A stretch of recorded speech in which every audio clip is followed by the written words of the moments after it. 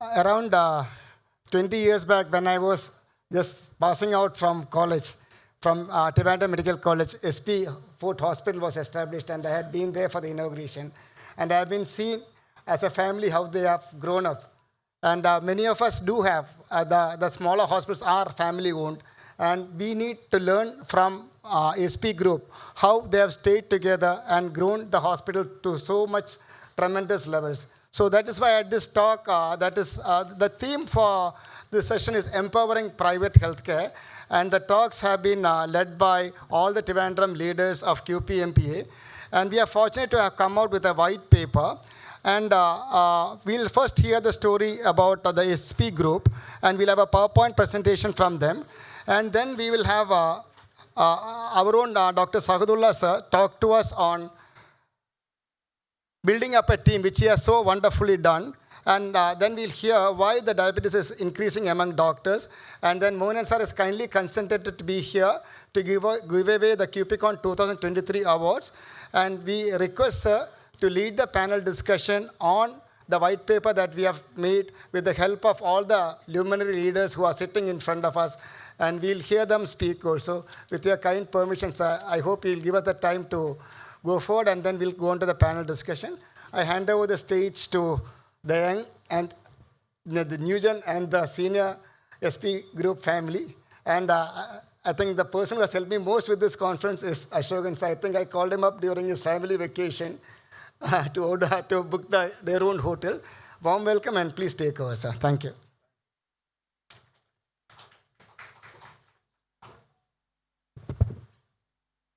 Good morning,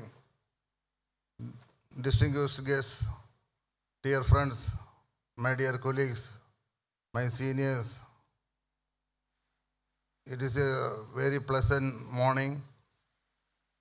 I am standing before you. We have started the hospital just 25 years before.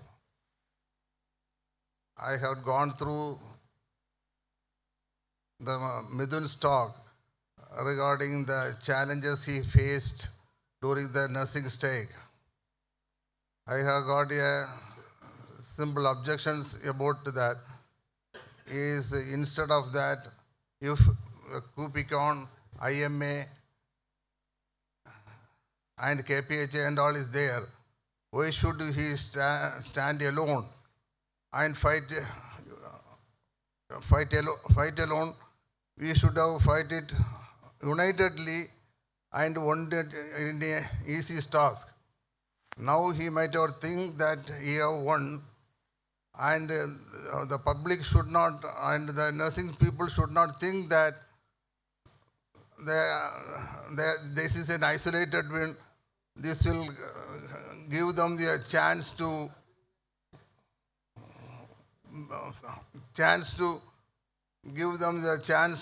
fight against with the other hospitals also.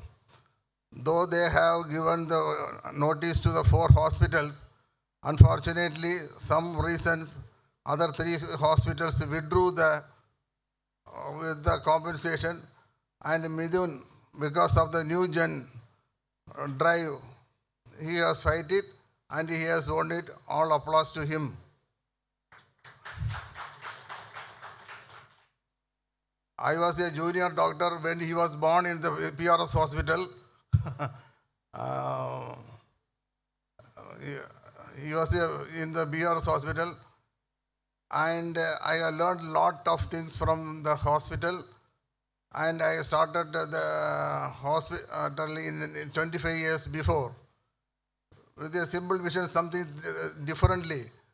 As my father always says, quality, integrity, and ethics is the basics of any business you do. And whatever he does, he becomes a Midas touch person. He becomes all success in all the businesses he started. And gradually we have grown up into 3 more hospitals. Now we are coming up with a little bit bigger setup in the Injekal Junction, probably within 3 months.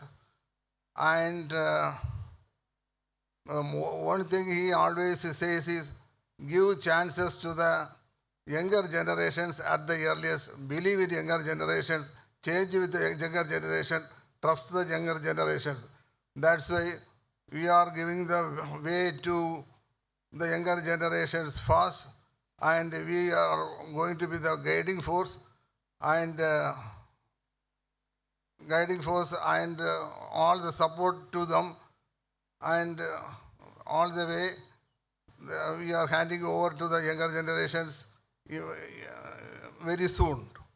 And myself and my brother are the main this one for all the healthcare sectors. And I thank you all the people who has come here, and bless the younger generations to grow. And I'll tell all the hospital owners to request to hand over their hair to the younger generation at the earliest. Thank you so much. Thank you once again.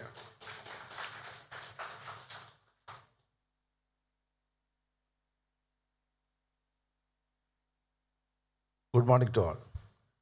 Let me introduce myself. I am Subramanian, youngest in that generation. That's I have two other elder brothers. I am younger to Dr. Asokan also. The subject of today is the success of a family business. When I joined my family business in 35 years back, that time we were only in the trading sector. The only 3 points I have noted from the last 35 years, the success for a family business is 3 points, main 3 points. First is diversification. That's what my father has done. He started as an ordinary trader. Then he shifted his portfolio to hospitality, health, logistics, trading, and different fields. That gave us chance for all the other generations. Diversification, of course, the diversification was the prime thing. Then he giving the chances for the new ideas. That's the generation we came in, and we three of us there. He got accustomed with the ideas what we have brought in, and he made in one Malayalam word he used to tell me always, "Ninakku pattunnathu vera aarkkum pattathilla." That's a word he used to give me daily. പറ്റുന്ന കാര്യങ്ങളല്ല നിനക്ക് പറ്റാത്ത വേറെ ആർക്കും പറ്റത്തില്ല. That's the promissory word he used to give me. And he was ready to discuss anything, and on what level he can discuss with the mail, WhatsApp, what is going on, what is trading, everything. And he never asked me any questions to me. That was again a success for a family business. The last thing is transition of power. He was too good for transition of power to the next generation. That's what we are trying to do now. Already we two of us are there, and young two generations are coming, and we are trying at the earliest transition of power, giving our wisdoms to this younger generation, what is happening, what's our role, what should be their role, what should be the future, what will be the idea for the next decade. That's the project what we had presented for the project for the next decade. That's what we work for, a successful family business. This is the main thing I got from my father, and I learned from my elder two brothers to be a successful family organization. Once again, thank you for everything. Just giving and sharing my ideas. Thank you once again.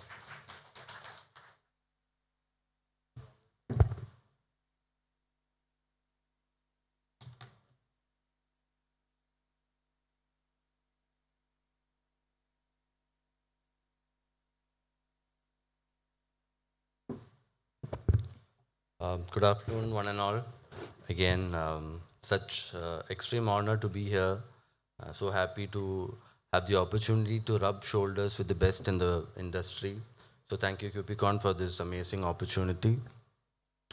So the most tricky part is my uncle and my dad has left to me and my brother is to talk before Shadullah sir. I think that is the most trickiest part of them all.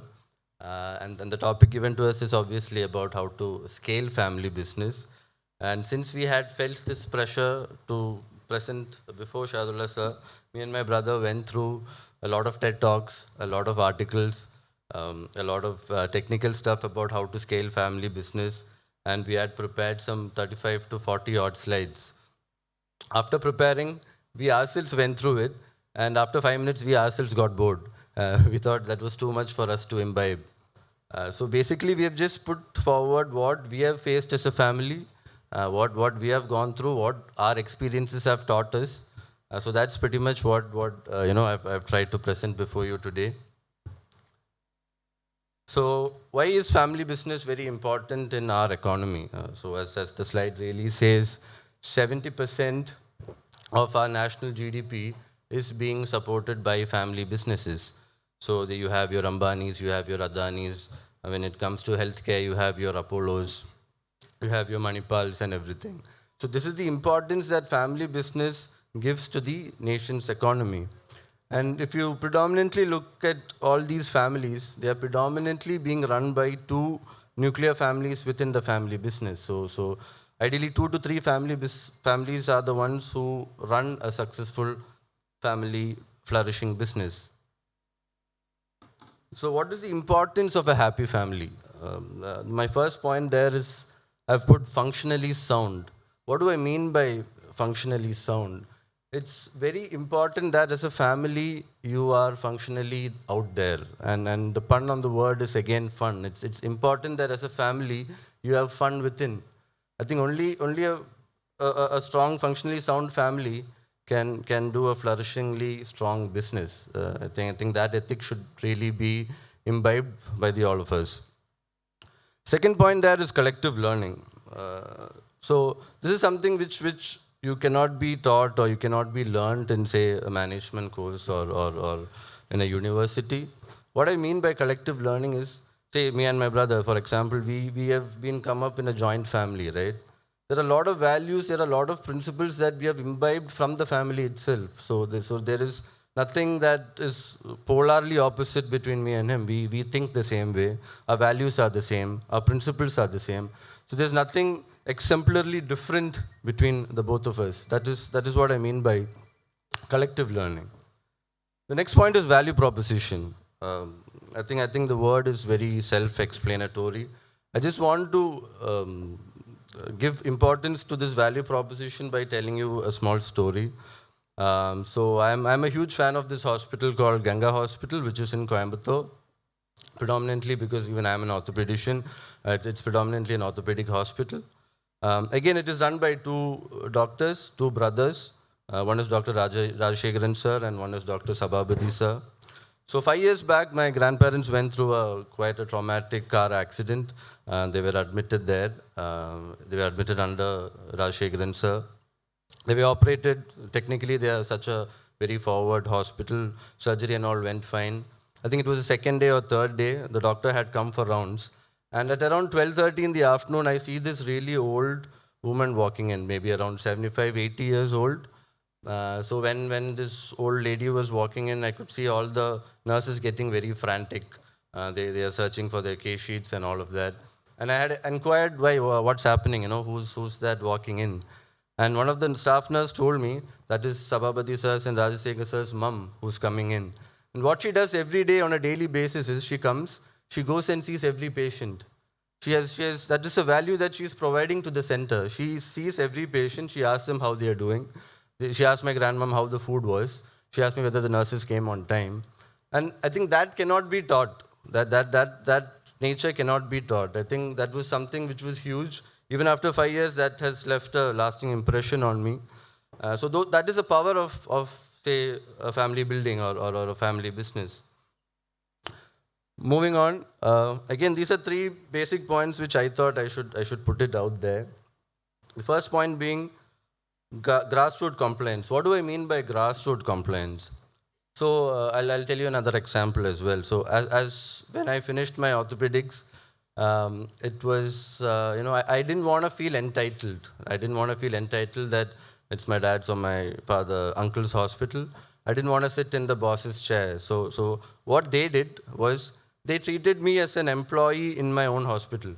I think that is what I mean by grassroots. So I had the opportunity to eat food with my doctors, with my other employees, go for treats with them. So that really bridged the whole gap between an employer and an employee. That is my idea of being starting from grassroots. I think for every family business that is extremely important.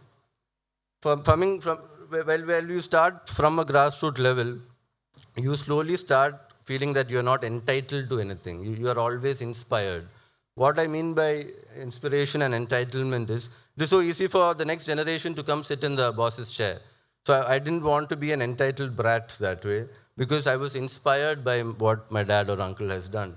So even at 62 years old, my uncle knows every bill that is being discharged. He goes through every bill financially. And even at 58 years old, my dad almost single-handedly built up 5 lakh square feet of land in Injekil. So that is the inspiration that I want, and I don't want to feel entitled that I have to do all of this. The last point being a big family. So I consider the family not just my family members. When I start from the grassroots level, I get to involve with the doctors, I get to connect with them. So I mean the staff, the doctors, the employees, all of them are part of my family. So give you an example was, I had my first fracture fixed by my doctor. He's not there anymore. His name is Dr. Sajeev sir. He's the first person who fixed my fracture, and I had the opportunity to work with him for the last 3 to 4 years. So this is kind of an emotional connect, or the family concept that family businesses can only bring in, I feel. Okay, now to the main topic about how to scale up your family business. So what I was talking about till now was retrospectively. It's so important to know what we have done, what we have gone through to get here. Now it's important to know from here how to get to where we want to get. So in order to scale, it is very important to know what we have gone through. So the first point is how to set systems in place. So this is something that from the corporate world we can learn. I know we are a family, every employee can walk into a cabin at any point of time. But when you scale your business up, I think after a point that won't happen. So you have to have very proper systems in place. Then sticking to principles and not to processes. Once we have developed a rule book within the family as to these are the things that we'll do, these are the things we won't do at any point of time. That is what I mean by sticking to a rule book. See, the processes can change. My process can be different from my brother's, my process can be different from my uncle, but the principles should never change. That is what I mean by sticking to process and not principles. And again, when you talk about scaling up, you move from your comfort zone, right? Say we are okay, we are doing okay in Trivandrum. Say we want to do something in Tamil Nadu, we want to do something in Karnataka.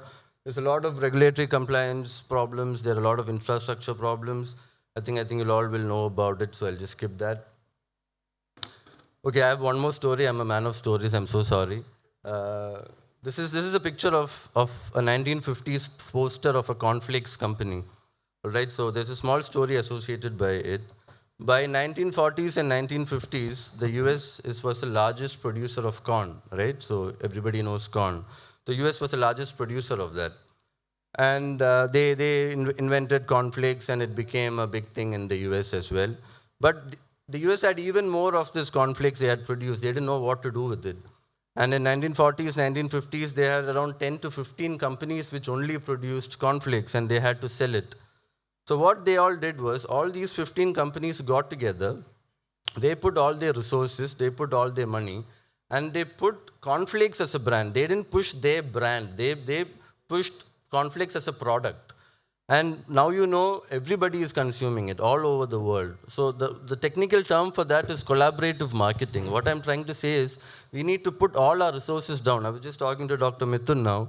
There is no point we investing individually in capital equipment. Say I have a huge capital equipment. I want to bring in resources. I want to pool in resources and push Trivandrum as a healthcare product. I don't want to push my hospital.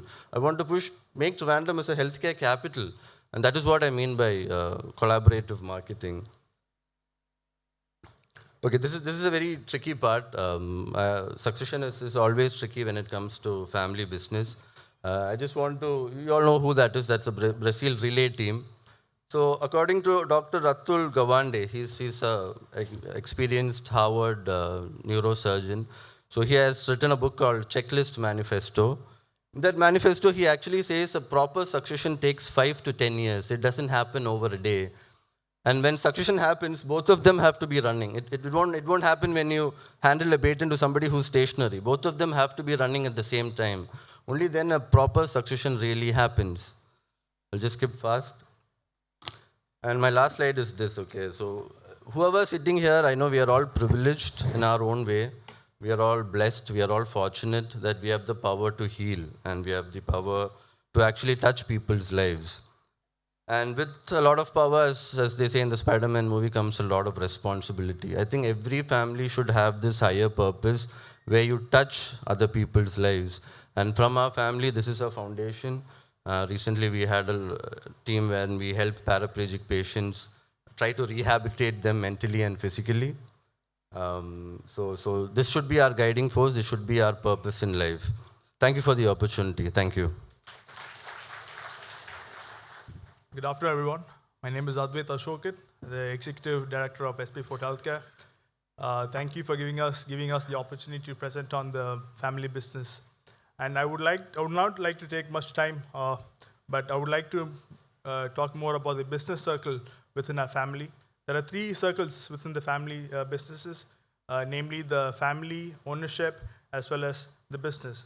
So I would like to stress more on the topic of business and would like to give more insights of the working of a business circle, which will help the family members to come together and discuss company operations, strategies, and future plans. So coming to the heart of a business, I'd like to start off with what I like to call the heart of the business. And in our case, our hospital, right? So these are essentially the main components that comprises of a family business or any type of businesses, so to say, like the owners, management, employees, or the patients. But like Haridhar sir said, patient is the lords of the hospital. So I feel that patient feedback definitely can be divided. Patient feedback is perhaps the most important thing when when all 4 components talk to each other. For example, when it comes to employees, the staff members need to be trained to gather feedback effectively and make necessary improvements based on the patient input. And coming to the customers or the patients appreciate being heard. So which in turn leads to improved patient satisfaction and a potentially higher retention rate. And therefore, it will increase the owner's satisfaction and the goodwill name of the institution, and thereby increasing the revenue.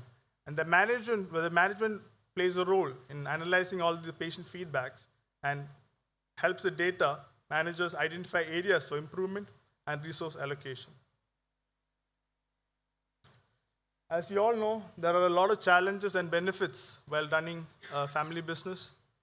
So I would say that the leadership, succession planning, managing family relationships actually go hand in hand. We were very fortunate that our founder and my late grandfather, Sri Sportively, sets to set the ball rolling with our businesses and form a clear pathway for his successors. So there will be days he would come home from work and talk about his businesses on day-to-day life. So from a very young age, we were very much involved in the business. So that helped us to where we are today. And as such, we never felt the generation gap between us. As an example, if a family, in normal circumstances, if a family business founder is nearing retirement, choosing between family members and with varying levels of experience can create tensions, as we all know. So that is where an open and effective communication is vital and that will resolve any misunderstandings and enhance the growth of the company. Family members also wear multiple hats per se. They have to be the employee as well as they are also the family members. So this can create a role of ambiguity and also conflict of interest. Another main thing that I would like to talk about is the wealth management within the family business. Unlike corporates, family businesses have limitations of funds. So we therefore try and work smartly and effectively, and therefore making allocated resources to maximize the efficiency. And furthermore, funds will also have to be split among the members, but also the owners, and at times can cause a lot of conflicts. Lastly, professionalism plays a vital role in the family business as the family business grows. As yesterday, Murugan sir talked about how AI has made a big impact among the taxi sectors in the US. And we can definitely see that happening in the healthcare sector soon. And that is why it is very much important to bring in external professionals into the family business so that they can be up to date with the market trend and provide the best and latest practices for the respectful businesses. Coming to a few strategies of this that I feel will help strengthen the business circle. One is to hold monthly family meetings. Another is to create a shared digital platform where all the employees and the employee can exchange their ideas and keep updated on day-to-day activities.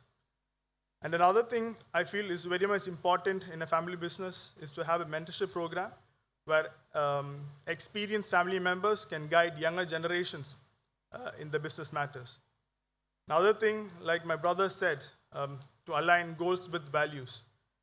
One of the main things that I feel that really keeps the family together is to have a sustainable target in business plan to reflect the family's commitment to giving back to the community. And I feel by implementing all of these strategies, the Indian family business can create a cohesive and purpose-driven environment. And lastly, coming to the governance of a family business. This pretty much is very valid when the family business has different verticals in place. So the governance is the most important thing while running different verticals. So I'll just say it briefly. There are different stakeholders within the forum model, as you can see. There are the owners, board of directors, management, and the family members. So if we can definitely clarify all the roles between these stakeholders, I'm sure we can minimize the conflict at the earliest. So I would also like to end my presentation with a quote for us to all think about. Whenever we talk about the future, look at it in terms of generations rather than quarters. So thank you all for your lovely time, and thank you for giving us the opportunity. Thank you all. Have a great day.